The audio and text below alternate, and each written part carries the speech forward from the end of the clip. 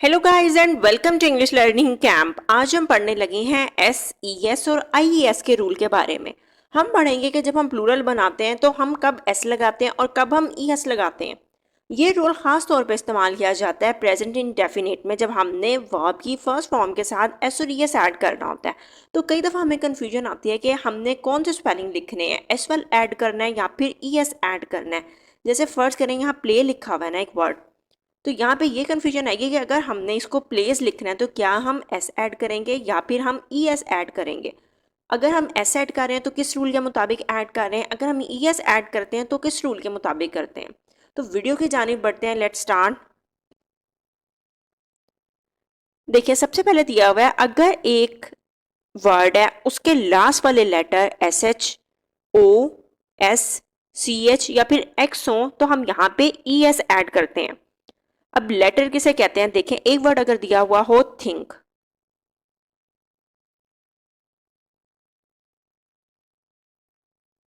अब थिंक में कितने लेटर हैं, एक लेटर इसका टी है, एक इसका लेटर एच है, एक इसका लेटर आई है, एक एन है और एक के है।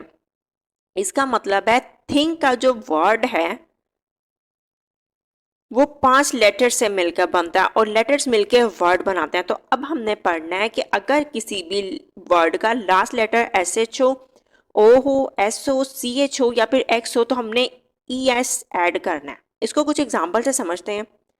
देखिए, सबसे पहले दिया हुआ है ब्रश, तो एंड में हमने पढ़ा ना एस एच आएगा तो ये शाह इसको पढ़ा जाता है, तो ये हो गया ब्रशेस। हमने यहाँ पे ई एस ऐड किया है। अगर लास्ट लेटर मिस है तो ये हो गया मिसेस। अगर कैच हो तो ये हो गया कैचेस, सी एच एंड पे आ रहा है ना। अगर विश हो तो ये हो गया विशेस। अगर डू हो, एंड पे ओ आ रहा है तो ये हो जाएगा डस। इसमें हम ई एस ऐड कर देंगे। अगर फिक्स दिया हुआ, जिस तरह लास्ट लेटर इसका क्या बनता है, एक्स है ना, तो ये हो गया फिक्सिस। वॉच तो हो गया वॉचेस, एंड पे चार है, सी एच को हम चा पढ़ते हैं, एस एच को हम श करके पढ़ते हैं। तो आई होप भी आपको अच्छे से क्लियर हो गया कि आपने ई एस का बैड करना है। अगर आपके वर्ड का लास्ट लेटर वाई हो और उससे पहले एक कॉन्सोनेंट आ रहा हो तो हम वाई को ड्रॉप कर देते हैं, वहां पे आई ई एस ऐड कर देते हैं। वाई को जब रिमूव करना है तो वहां पे आई आ जाएगा, उसके बाद हम आई ई एस ऐड कर देते हैं। अब कॉन्सोनेंट किसे कहते हैं, सबसे पहले वॉवल समझते हैं। ए, ई, आई, ओ और यू, ये सारे वर्ड वॉवल होते हैं। इसके अलावा इंग्लिश के जितने भी लेटर रह जाते हैं उन्हें हम कॉन्सोनेंट कहते हैं।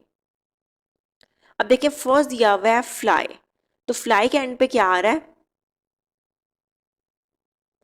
वाई दिया हुआ है और उससे पहले क्या है, एक कॉन्सोनेंट है, तो ये हो गया फ्लाइज।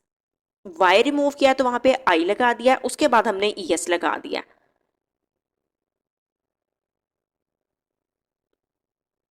फिर दिया हुआ है फ्राई, फ्राई में क्या एंड पे वाई आ रहा है ना, तो वाई से पहले क्या वर्ड आ रहा है, आर, आर एक कॉन्सोनेंट लेटर है, तो ये हो गया फ्राइज, एफ आर आई ई एस।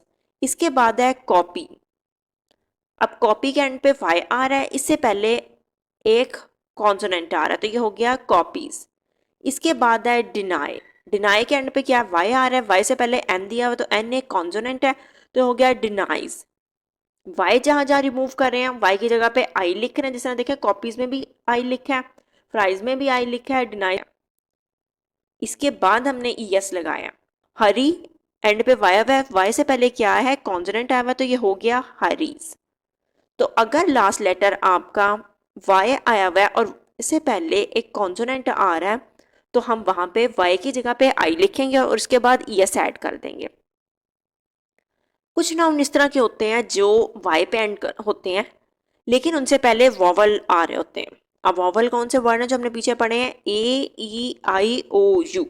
अगर इस तरह का कोई भी आ रहा है तो हमने क्या करना है, वहां पे सिंपल एस ऐड कर देना है। अब ये हमने वाई रिमूव नहीं करना, वाई भी रहने देना अगर उससे पहले वॉवल है, और वहां पे एस ऐड कर देना है। जैसे देखिए, फर्स्ट दिया हुआ है प्ले,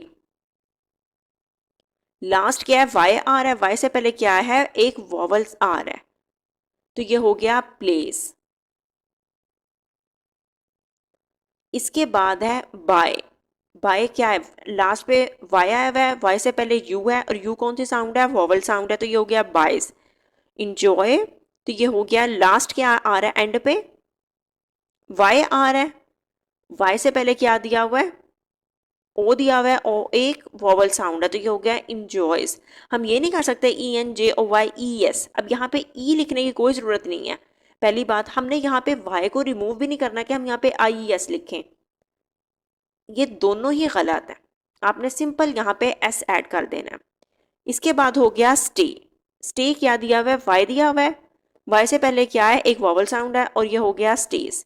अब जिस तरह से, तो ये हो गया सेज, यहाँ पे वाई दिया हुआ है, वाई से पहले भी वॉवल साउंड है, तो ये आ गया। अब हम यूं भी नहीं कर सकते कि हम कहें कि डबल एस लिख देना है, जिस तरह S A Y double S says, ये भी हो रहा था। आपने सिंगल एक एस ऐड करना है और वाई को रिमूव नहीं करना। देख लें सब में हमने वाई लिखा हुआ है। आई होप आपको ये रूल्स अच्छे से क्लियर हो गए हैं। अगर लास्ट लेटर आपका एस एच जिसे हम शाह पढ़ते हैं, ओ है, एक्स है, एस है, या सी एच है जिसे हम चा पढ़ते हैं, तब हम वहाँ पे ई एस ऐड करेंगे। ये बात याद रखनी है, हम कोई भी लेटर यहाँ पे रिमूव नहीं कर रहे हैं। अगर आपके एंड पे वाई आया हुआ है और वाई से पहले एक कॉन्सोनेंट साउंड आई हुई है, तो हम क्या करेंगे, वाई को रिमूव करके वहाँ आई लिखेंगे वाई की जगह पे और इसके साथ ई एस ऐड कर देंगे, जिस तरह ये हो जाएगा आई ई एस हमने ऐड किया। अगर ये नहीं है, एंड पे वाई आया हुआ है और वाई से पहले एक वॉवल साउंड आई हुई है, तब हम क्या करेंगे, यहाँ पे हम वाई को रिमूव नहीं कर रहे, वाई को भी रहने देंगे और उसके साथ एस ऐड कर देंगे। तो ये बेसिक ट्रिक होता है जो हम प्रेजेंट इंडेफिनिट में इस्तेमाल करते हैं जब हमने वर्ब की फर्स्ट फॉर्म के साथ एस या ई एस लगाना। तो आई होप आपको ये क्लियर हो गया कि कब हमने एस लगाना है और कब हमने ई एस लगाना है। तो जो हम प्ले की बात कर रहे थे, जो हमने स्टार्ट में की थी, अब प्ले में एंड पे क्या आया हुआ है, वाई आया हुआ है, वाई से पहले कौन सी साउंड है, वॉवल साउंड है, तो हम क्या करेंगे, हम सिंपल यहाँ पे एस लिख देंगे, ये हो जाएगा प्लेस। वाई को रिमूव नहीं करना, यहाँ पे हम ई एस नहीं लगा सकते, तो इस रूल के मुताबिक हम यहाँ पे एस लिख रहे हैं। वीडियो पसंद आई हो तो अपने दोस्तों के साथ ज़रूर शेयर करें, लाइक करें, सब्सक्राइब करें। Thank you.